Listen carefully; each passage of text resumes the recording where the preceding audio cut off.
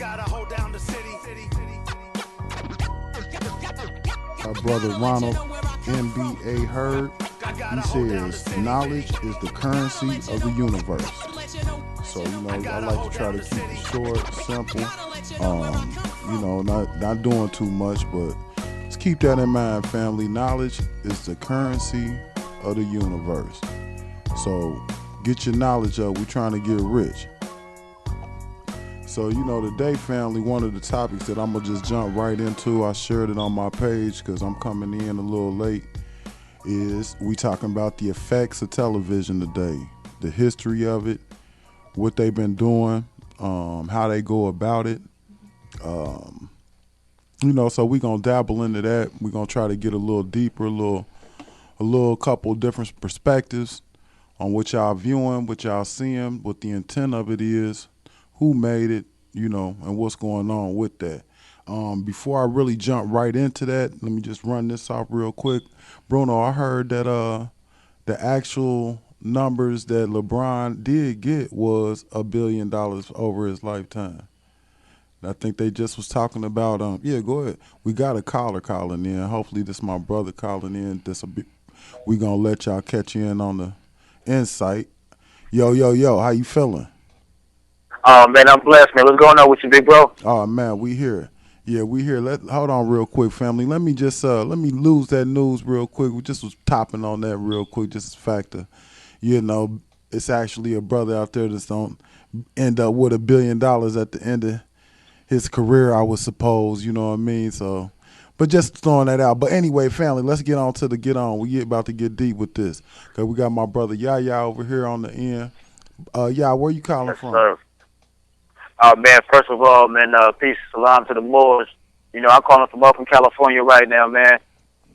Right. Okay. Yeah. So, family, hopefully some of y'all out there, if y'all want to call in and do a little dialoguing with this brother while we on air, y'all can also call this number again, 513-546-1232. But yeah, let's get on into the topic. Bro, we was talking about the effects of TV, the history of it, the intent of it, and then what we actually watching and seeing that's getting displayed on it and the effects of it. You know what I'm saying, bro? So right into it, let's just touch on the fact of the history of the TV, like as far as what was this put together for? Like when was this put together, or the intent, and even a little bit of the science behind it, bro. If you want to touch on that real quick, because I'm gonna pick your brain. Oh, yeah, man. Well, a lot of things that we have to realize is that the whole intention of media per se is to get information out to people almost instantaneously. Or if information is not available instantaneous, you're able to stagger it so that you can get people to have the effect that they want, that you need to have them to have to fit into an indoctrination sequence of events. And so hold on real quick, just real quick for the family that's listening. When he mentioned staggering, that goes into flickering rates. When we talking about if you draw a little pad, a sketch pad, and multiple times you draw the same image where it may move just a slight bit, and then you flick the pad. Y'all remember that, and then that. But that's what he's kind of mentioning for those that didn't know. But go ahead, bro. My bad.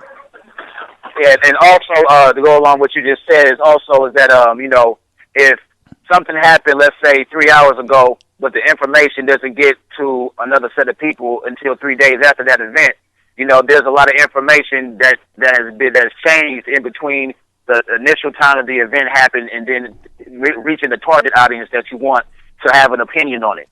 So when I also went to with staggering, also affects the same appeal of what television does, because television staggers your information. Even though we had a thing now we can live broadcast. You had castles on the East Coast, but they still get the transmission at the same time, even though there's a 3-hour difference. There's still that staggering. So what we have to realize is that these institutions and ways that people are trying to get these propagandas across started actually in World War II, Germany, with a lot of the programming that was happening was going on with the scientists and what they call the Fool Society, or AKA better known in the textbook as the Third Reich, was that they were developing a lot of this technology and science to, for one, they wanted to create I guess this super soldier was got transferred into the comic book as being Captain America, and recently, right now, they just put out this propaganda movie, the Avengers: The Civil War, and I'm not sure if our audience has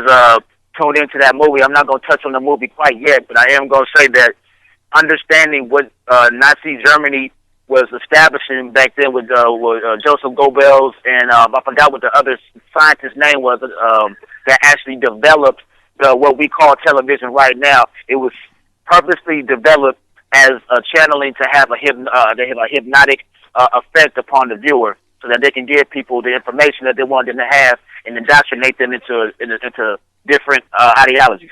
Family, let me insert this real quick. That other inventor that he was mentioning or referencing, his name is Philo T. Farnsworth. And Philo Yes, T. yes. Right, and Farnsworth, one of the statements that he had or conclusions he came to is that television was hopelessly dumbed down, and he refused to let his children even watch it. So just to add on to what you're saying for the listeners, Right.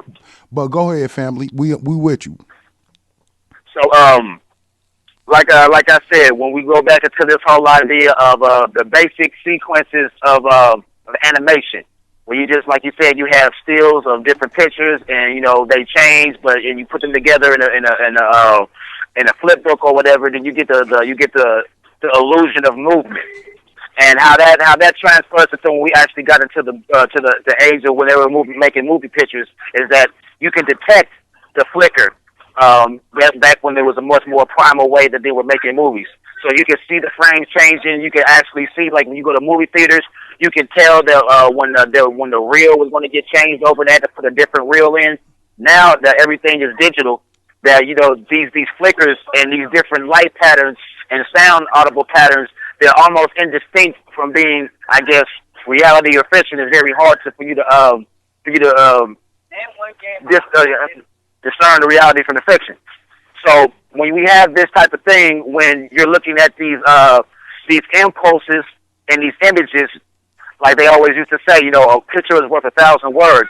So when you have all these different visuals that are being put in front of your face, your brain cannot input and diagnose this information all at once. So some of it get partitioned to what it needs to understand now, and then it gets stored back into your subconscious and your superconscious realms of your brain. And the way that our brain works, we store this information specifically as patterns and specifically as symbols.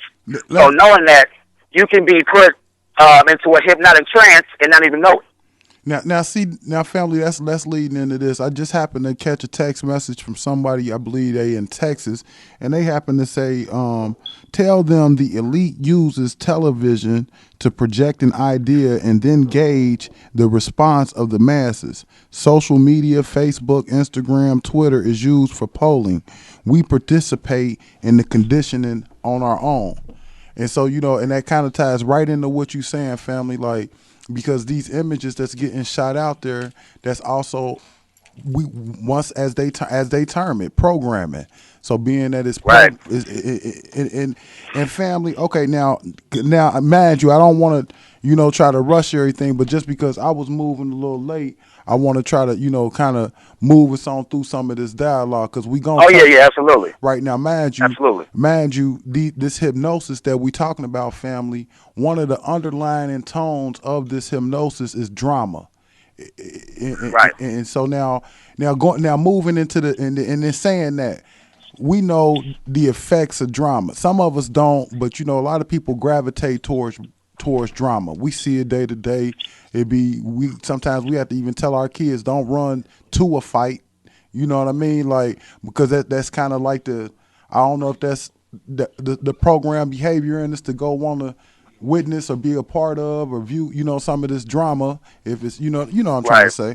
But okay, now, exactly. So now, family. All right, now, when we're talking about the television and what's going on, okay, hold on. Let me do this, family. Let me slow down, because what I'm doing is I'm moving quick, and if we can't give y'all the proper information, then it ain't no reason for me to do it. So what I am gonna say, family, is this. I'm gonna slow down. We gonna hit this and address this properly. And if I do get approaching 2 o'clock and the show ends, what we will do is we'll carry this on, and then we'll have both segments to where we can link them both together. They'll be posted on the Mixcloud that my brother DJ Bruno set up. So we gonna have everything Oh yeah. official. So yeah, let me slow down. Okay, now. Yeah, go ahead, do what you need to do, big bro. Okay, yeah. Okay, now let's get thorough. Okay, now we talking about television program, family. I wanted to mention this. When we talking about a television, we got to look into the etymology and the definition of these words. In saying that, family, we got television, which is from Greek. When we go back to Greek and even vision, Latin, we can talk. It brings up mentions and references of to see afar, to view, and supernatural vision. It got a lot of different terms, family. So if you get a chance, you know, we got libraries on our hip now, so you can just type in Right. etymology of television, and then family, y'all gonna see where I'm going with this. But then when we look up the definition of program, we realize that we talking about a set of instructions given to a computer, and sometimes basically coded instructions for that computer to carry out a certain agenda, certain, like once again, certain instructions, certain behaviors. If we talk about, because we know that the man and the woman, the body, we are a computer. We take in information, we process it, we put it out. Absolutely. So okay, Absolutely. so just laying that out there real quick, family, before we really go off into when we talk about this television program, because the brother just gave y'all a little bit of the science on this flicker rate, where how they took it from still shots, made it multiple still shots, speeded up the still shots, and now we got streams of information. So, you know, we lightly touching that because we're going to go even deeper into what the images is that they running at us. Because, family, we done seen on TV shows, one of the more popular ones, Walking Dead. And, you know, that's real big. So we're going to touch on that, and we're gonna show the symbolism in that too, family. So mind you, if you want to call in and you got some insight on this, remember the phone number, the dialogue with me. I'm not playing, my brother DJ Bruno in the house, and then we got my brother Yaya over here on the line. If you want to dialogue with us on this topic, or you got some information for the family, 513-546-1232. And let me just mention, we got my man Jay Jerk in the building. My bad, brother. How you feeling? All right, man. He came to sit in. But go ahead, man. I want to make sure I give him proper mention. No doubt. Okay, so yeah. Now we on to the fact of, we talking about the effect of these TVs. We kind of touched on just a little bit of, you know, where it came from. We talked about Germany or whatever. But now let's get on into some of this symbolism, because I know the crowd, I know the audience, the listeners, they want to know what it is they really seeing. So we don't want to Right. get them, you know, too scientific right now. So now, boom. Exactly. Okay, let's go right into this, family. Like I said, we mentioned The Walking Dead one time, and so, bro, could you kind of just give us a real little quick little synopsis, and then we gonna show the parallels of what we got going on in today's society that's gonna match up with this Walking Dead. But give us a little format of kind of what everybody who ain't tuned into the show, ain't really seen it, or some of those that's kind of missed episodes or missed a couple Right. seasons. You know what I mean? Just give them a little brief what's going on in that show, family. Well, just to give a little paraphrase, basically what happened with the we call it how it is. We call it the hero or the archetype of the program, the dude Rick. Apparently, what happened was, from how they began the show, was that, you know, he was in a coma, and he woke himself out of a coma, and things weren't the same. So basically the whole premise of the first half, the 3/4 of the first season, was primarily him trying to find out the location of his wife and his son, and then basically just trying to make a sense of being in this new world and not knowing what was going on with anything, and then understanding that humanity itself had fallen, and it was more about survival than it was about, in that junction of what was going on, than more or less about morals and ethics and things of that nature, because he was trying to make sense of for one, being somewhere familiar that was always familiar, but then it being unfamiliar, being disoriented and not actually having the knowledge and understanding to be able to make a decision upon where his life is going. So a lot of times, how I related that was that originally, in order to find yourself, you wind up going back home. And that's what the first thing that Rick did. You go back home, you go back to your home, to your shelter, or whatever, your birthplace, your origin point, and you try to expand from that point. The only way that we wind up to find ourselves relative to things is to have an origin point and an ending point. When you're in the middle of your journey, spiritually or metaphysically or even physically, unless you know where you came from, more likely you will have a destination. So everything comes back full circle with the whole idea of programming, of being understanding that quintessentially what makes us human beings is having a connection point or a starting or origin point to where we can find ourselves in I guess the vast sea of nothingness and not knowing. All right, now see, family. Now what y'all just heard, you know. Okay, now listen. Now I'm gonna just recap that real quick, and we're gonna touch on a couple of these other characters and how this other stuff really play on. Now, mind y'all, family, Rick was in a coma. He was in a state of sleep. He wasn't he wasn't able to move, function, or nothing. He woke up out of that coma. Once he woke up out of that coma, he realized everything was all bad. Once he realized everything was all bad, he was trying to find out how to get back to himself. And when I say himself, like you said, brother, his wife and his child. Because that's like, once again, we touched on before, the divinity of the family. Like, and that's at the core where we got to get back to end up, moving towards, something positive, moving in a constructive, productive direction. Okay, so now, family.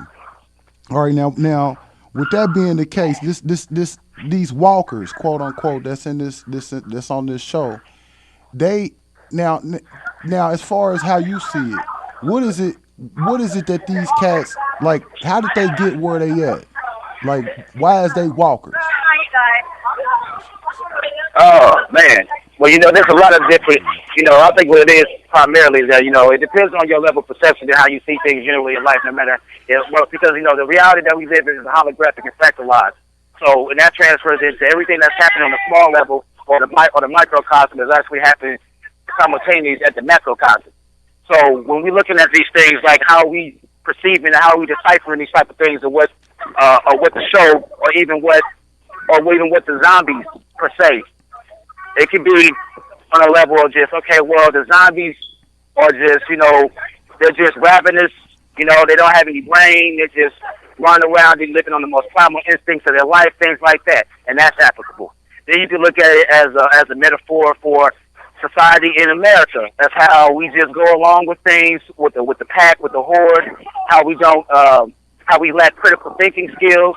How we rather go along with fitting in, with being in the gray and looking like everybody else instead of indulging in our individuality and what makes us unique. And then you have the level of even, that's even the destruction.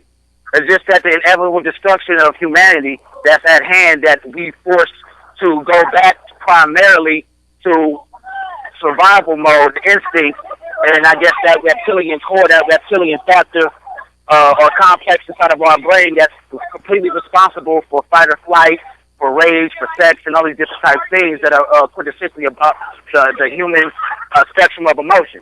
And this ties exactly into why they put propaganda in line with the dramas and the different things that you see on television, because it's a part of making things more gray than actually partitioning things. It's just like you have situations in these drama shows where they have a cop, and he's not maybe he's not the most congenial type cop. Maybe he's kind of like hard or rough around the edges. Maybe he has a drinking problem, but maybe he has extramarital affairs and things like that. Or maybe he might beat up suspects before taking them to the precinct. But they build a kind of a shield around them to where it's like, okay, these things that you would kind of think are flat out wrong or flat out good, it blurs that line so that you can relate to these type of things and try to put yourself in that situation, to where if you were put in a similar situation, you would respond or react a certain way. So in essence, we use these archetypes of good and evil and heroic and demonic or things like that, and we use that to to socially construct and engineer what we think is wrong and right. And when you have that ability to do that, do you have people questioning what their own objectives are and whether or not their own objectives are going to go along with other people are doing or not? Okay. Now look, family. All right, now, mind you, you hit them with a lot. Now, what I'm gonna do? Okay, now listen, family. What's going on is, mind you, we started this off talking about how these walkers ended up getting kind of like what they was. We had an episode where I think they went to Atlanta. They ended up going to a CDC, and I guess it was kind of established from the way that the plot went is that these people kind of had this virus or whatever it is already in them. Is that's fair to Right. say? Okay. Right. Right. Okay. And now with that being said, family, this virus, I don't necessarily know what triggered it, but whatever triggered it, if it's death or but whatever, they ended up becoming what we see as these characters, these zombies that's moving around and, infecting people. So now what I'm gonna say is this, family, when we see this, one of the messages that can be taken from these scenes is that these zombies, if we look today, like you said, we got a lot of them walking around today. We had a previous conversation, family, so I don't want you to think I'm referencing something. But we seeing that we got these people around us. Now, mind you, the walkers, they dangerous, but they only dangerous to people who don't know what to do. When people got knowledge, Exactly. they know, okay, man, we just going to bang him in the head, and then we going to keep it moving. And see, what happens is when you don't know, that ignorance infects you. And I'm saying this, family, to say that these walkers that we see on this TV, the symbolism is showing you also, amongst other things, that these people within them, as the storyline goes, have some type of virus.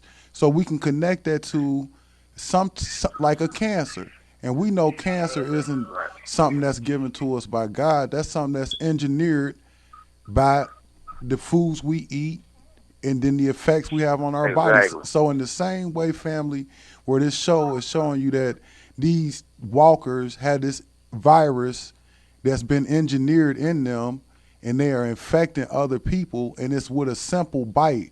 No type of real forethought, no type of strategy about how they spread this virus, but just wildly and belligerently spread it.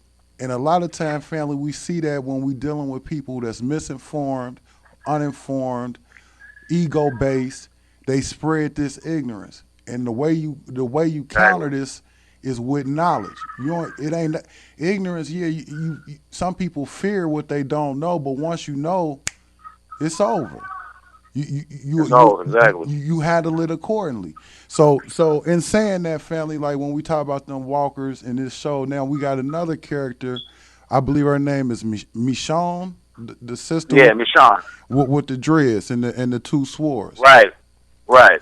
Okay, now family, when we was just talking about with knowledge, okay, y'all notice when she was brought in, y'all kind of tell them a little bit how they kind of introduced her character, or for those that haven't really seen the show, like just give them a real, little brief. What I can recall, Watch this. how she was introduced into the program was that I believe this is when they were holed up at the prison confine, and she kind of like basically just wound up on their doorstep, and she had to gain their trust to even be put inside the combine. And she did that by I think at the time she was a part of saving the baby, or the Great White Hope.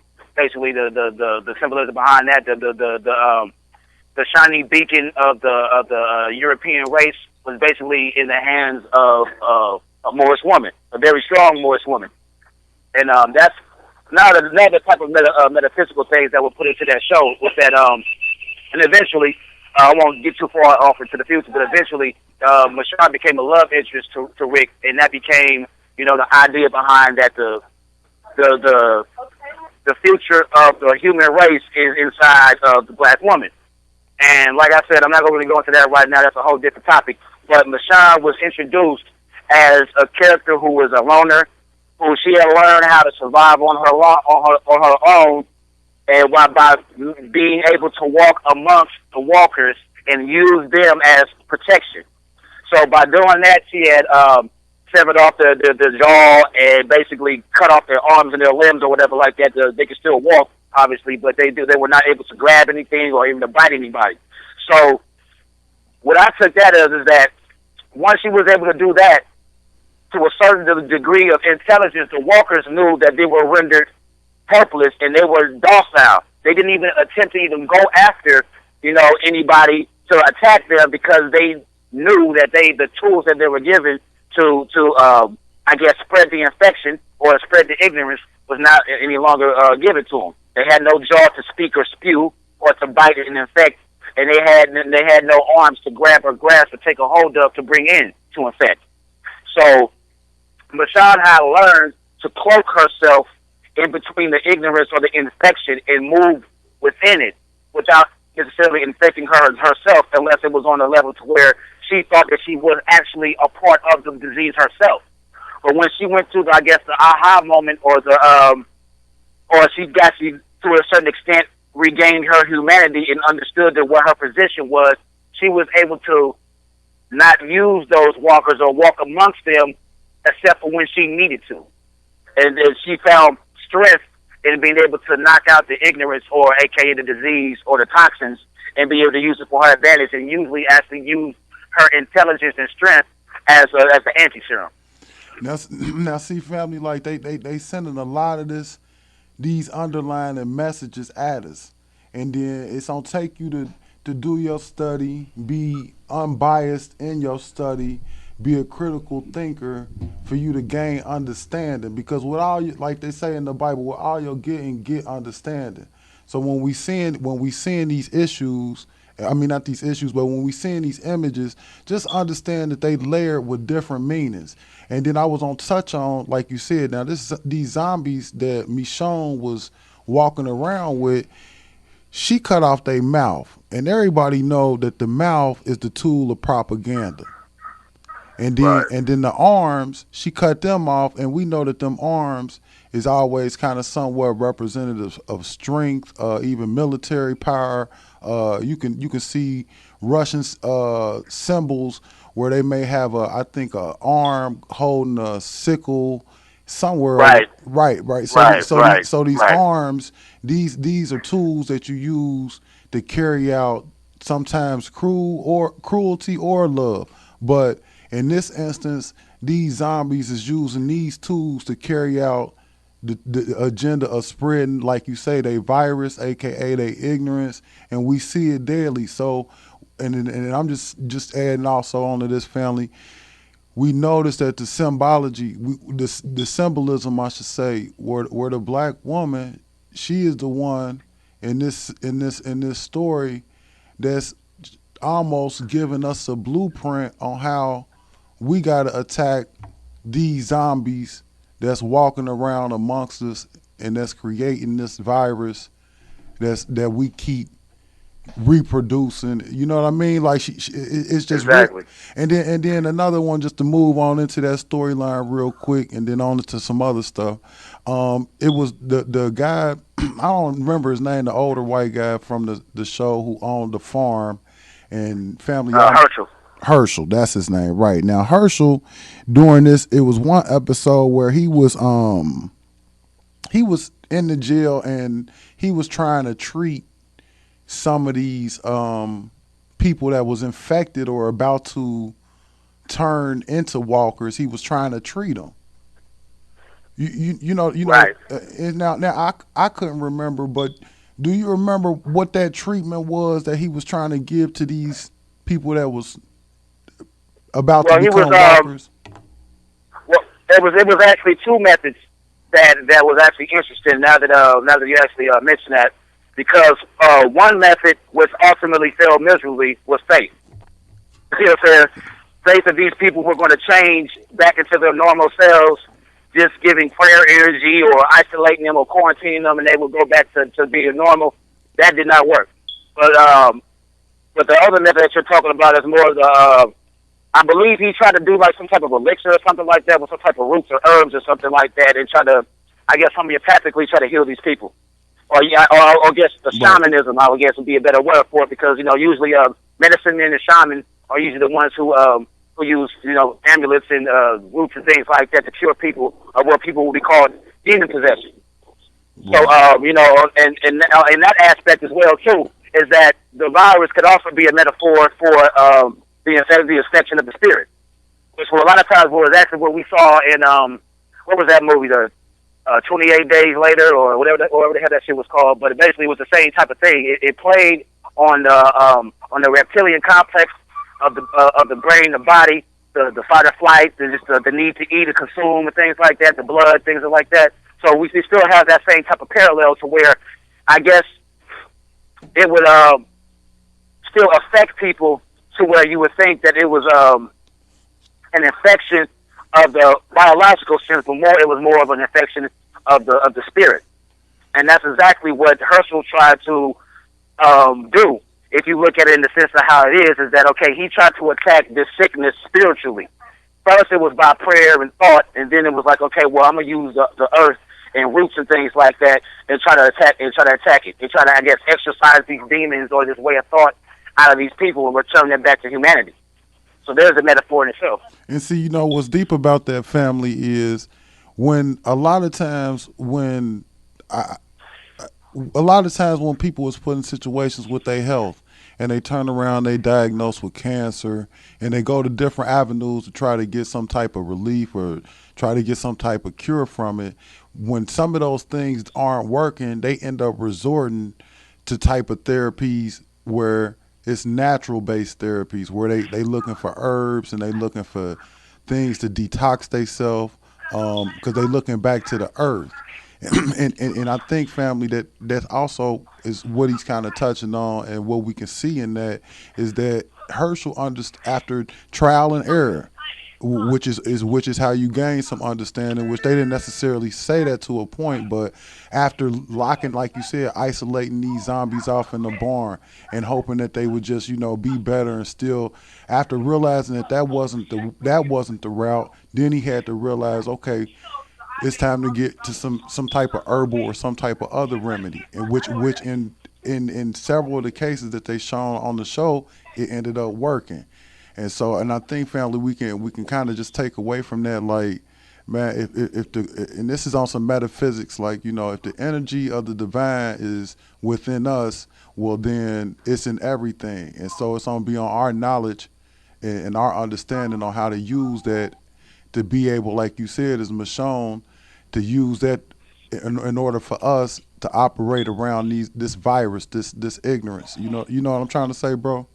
Exactly. Well, that's the thing, because you notice a lot of things, especially with the way that Hollywood, makes things. They always use the same particular type of, 13 scripts or storylines or plots or whatever that they use, and one of these is always the dynamic struggle between good and evil, or even, like, a matter of fact, I'll put it like this: like, if you even look at the relationship between, if you look at Rick, his wife, his son, and Shane, you have Asura, Aset, Heru, and Set. You have those archetypes right there. The whole idea behind the first season was him getting his Holy Trinity back, is reuniting the Holy Trinity, and Shane, who was his best friend / brother, wound up being his adversarial ally, which Set was to Osiris. No doubt. Understand what I'm saying? No doubt. And there's certain stories to where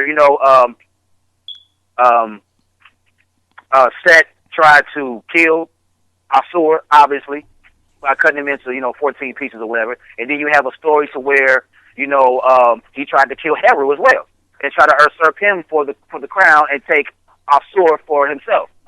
Set for himself. So that played out exactly in The Walking Dead. Played out exactly. So underlying, you have to understand that all these stories contain metaphysical tenets, and they're stories about the spirit. And I think I've touched on it when we talked a little bit earlier, was that I'm pretty sure I haven't done it myself yet, but I'm pretty sure if you take all the main characters of The Walking Dead, I'm pretty sure they would match up just with the 10 Sephiroth of the Tree of Life in the Kabbalism, or even the Kemetic Tree of Life, which is plagiarized from. So if you look at these 10, apparitions of the soul, of the spirit, then it will play out exactly how the story plays out. Because ultimately, the human dynamic that's put inside these stories is exactly what happens inside of our own spirit body itself, what we go through every day. So when we're dealing with higher forms of ourselves versus the lower forms of ourselves, or dealing with courage in the face of adversity, or using our mental capacity to move a physical object, things like that. These are the trials of the spirit that we go through when we are contained inside this human physical package.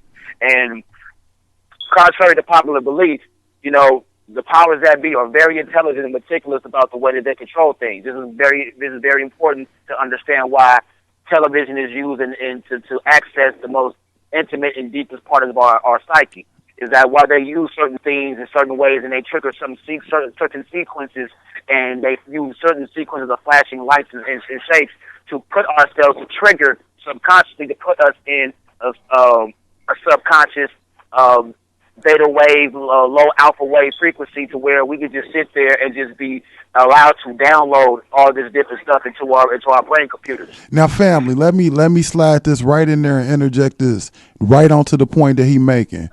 January 14th, 2003, patent number, if y'all want to write this down and check this out, patent number 6506148. Now, remember, family, what I just said, patent number 6506148. Now, I'm going to just give y'all just a quick first sentence of what's going on here. Now, this has been patented. Nervous system manipulation by electromagnetic fields from monitors. So now I can go off into it, but family, y'all can look into this, and then you're going to see how this TV is not necessarily for entertainment purposes. Now, and mind you, just a quick, it says physiological effects have been observed in a human subject in response to stimulation of the skin with weak electromagnetic fields that are pulsed with certain frequencies near half a hertz or 2.4 hertz, such as to excite a sensory resonance. So family, I'm telling you, these TVs, they is done and been made in order to manipulate your nervous system, and your nervous system, everything runs through that. So the one thing I'm gonna say, though we bringing you a different level of viewing this, so where you can realize, okay, this is a problem, but the solution to the problem, one is to turn the TV off.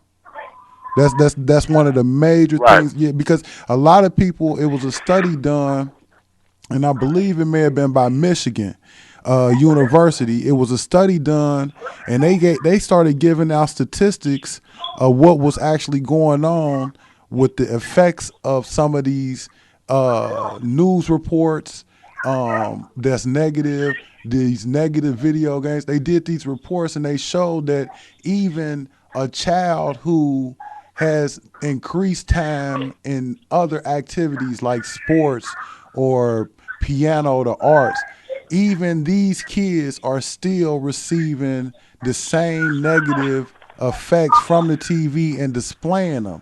What they found out is, contrary to the first believed theory, is if you just take your child, and if your child is watching TV 3 hours a day, if he goes outside for 3 hours or 4 hours, that'll remove the effect.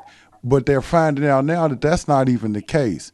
So because it's a heavy dose of messages on your psychology. I mean, I won't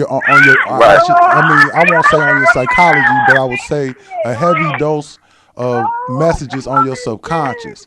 And in any form of abuse that you may take physically or mentally, it's gonna take you time to heal from them wounds. And so now mind you, family, I'm already, my man, I done pushed over 202, that's on me. And then what we gonna do though, family, like I said, we gonna come again and we gonna yam this topic, and we gonna touch on it some more. We didn't really get any callers, but that was cool because we want to try to put this information out there real quick, just to give you a little basis, a little underlining look an underlying look at what's really going on out here. I mean, because if you don't, Right. because sometimes we like, damn man, why is we doing? I had asked the question, and to the people that's listening, how many times have you purchased something and then later on thought to yourself, why did I They ain't want purchase this that? shit. I ain't even need Yeah, I don't this even want shit. this shit. Right. Uh-huh. Now I ain't want this shit. that is an example of being programmed. And all of us Right. done went through it. And then we don't need the item. After we get done and at home later on, we realize not only did we not need it, but I shouldn't have even purchased it. Right. It's a waste of energy. And so that's the programming, and some of that programming that's done is not only just to serve the agenda to divide people, but it's also an agenda that's being slid on there to continue the consumerism that we got, to keep us Exactly. right, to keep us wanting to purchase stuff and to make us feel good about ourselves based on the items that we can purchase. And that's all. Right. Yeah, that's all social engineering, family. Like, Right. and It's like economics is about communicables and commodities, and it just so happens that the only difference between the community and commodity is how much energy is put into and gotten out of it. So when you get people to put their energy into things that are unimportant, television shows, to a certain extent, sporting events, maybe Beyonce's album or Jay-Z's record label, whatever, things like that. Wherever where attention goes, energy flows. You know what I'm saying? There you So go. we have people who are like, okay, well, fuck that, our young Moorish brothers and sisters are getting decapitated or getting their melanin stripped out their body, their organs taken, and, you know what I'm saying? That's not important. What's important is that, the playoffs are happening right now. Beyonce is about to do another concert out here. I'm from Oakland, which is in the San Francisco Bay Area. So there was a lot of things that happened out here within the last year. Big Super Bowl shit that happened out here, the Beyonce, and then the Bohemian Grove that happened out here. Like that was like the biggest Bohemian Grove gathering, say, of all time. Because if there's the time right now that's going on right now is exactly how can I say? It's been engineered at this particular time to get things going the way that they want to get things going because of the hypnotics, because of the suggested programming and the predictive programming. This is exactly the type of things that they're going into. It's just like I'll put it to you like this, family. It's like I want our viewers and even anybody else who's listening in, do this experiment. Go find you a sticky note or whatever, or a little something, and make a small red dot on it and put it right in the middle of your screen, and focus on that next time that you watch TV. You will see how much shit centralizes out of that middle of the screen and goes back into the middle of that screen. It's amazing. Once you focus on that, you will see and follow and see how the hypnotic process begins itself. Another thing that you can notice if you watch your local news station or even Sports Center, like Action News 712 at 11 or anything like that, look at how they have mnemonic circles and half curvatures that come at you. Especially with CBS, they have the all-seeing eye that always opens up in the middle of the screen and it draws you in. And this is like what people should actually do is that we should understand how people get hypnotized. See, we seem to think that it's some type of mysticism behind it. Or anything like that. Like, you have to be Harry Houdini or you have to be Chris Angel to hypnotize somebody to get them to quack like a duck and shit like that. That's not true. Nope. There's no mysticism involved in it. Nope. See, what people have to fail to realize is that as our brain is a computer, there has certain moments our brain will go into a hibernation or a trance to process the information that it actually inputted or got input to it last week. You see what I'm saying? You don't get it inputted with so many images and so many visuals and audibles and things like that through our electric extremities. And when I say our electric extremities, I mean our five senses, because that's the only way that we input anything that's in this holographic realm that we live in called the world. Everything is through our five senses. And then anything else besides that is metaphysical, which would be our third eye, or should I say, I even hate saying that, it's not our third eye, that's your first eye. You know what I'm saying? Right, no doubt.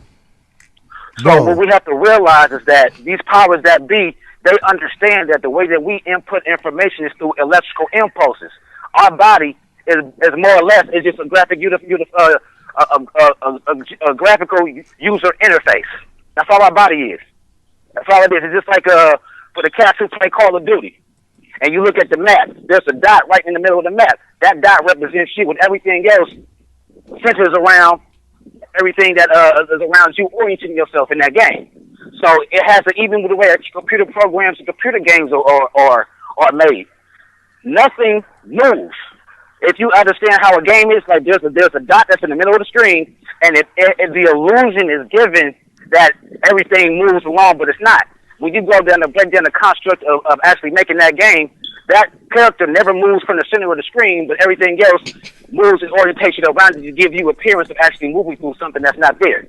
And that is exactly how they manipulate us and get us to adhere to programming and impulses without us even knowing it. So when you sitting there at the house and you just got through eating a piece of halal chicken and praying over it, and you have some brown rice and some asparagus and shit like that, and then 3 hours later you want to go get some fried chicken from KFC. It's like, damn, where the hell did I get that from? I just got through eating this healthy meal. You know what I'm saying? I just got through praying over it and everything else, and now I want this shit that's obviously destructive. Right. Because you have to realize that a good percentage of the thoughts that are inside your mind are not yours. They're not organic. Everything that's put into your mind and put into your body, yes, you do receive it and you do take it in on your own accordance, but there are still things that you do not take into your body on your own accordance that still have a great, it has a great percentage of how you interact with the world that you live in. See, now, bro, that's my show, y'all. Listen, we gonna come at y'all again on the part 2, y'all. You already know how it get when you in the booth and how this shit go, man. You know what I mean? Like, I gotta pay the bills with these brothers, you know what I mean? So, family, we gonna rock this second part at y'all. Come next week, we gonna have everything pieced up. We gonna stay informed with it. You can check us out on the page, Question Everything, on Facebook.com. You can tune in throughout the week at www.uptownradio513.com. Get the latest, independent, hardest, local artists. You know, and I gotta keep it short, family, but I want to thank y'all, you know what I mean, for the time y'all to listen. Yeah, you already know we gonna keep this thing going. We got us some yeah, we gonna keep it rolling, man. Y'all make sure y'all check out the Question Everything page. Y'all can check me out on Facebook, Yahya Ben Zachariah, YAHAIBNZAKARYA. If you can't find me like that, go through Question Everything or go through the Brother I'm Not Playing page. I'm always accessible. My page is not blocked. You can go through all my posts to see what's going on, what we talk about. Hit me up. You know what I'm saying? Let's connect and make it happen. That's what it do, family. Okay, y'all, we gonna wrap this up. We gonna get with y'all, you know, next week. We gonna keep it moving. You know, keep it positive, stay humble, tell some truth to the youth. You know what I mean? And that's the only thing I can come up with for the rest of the day, bro. But right now. All right, we up out of here.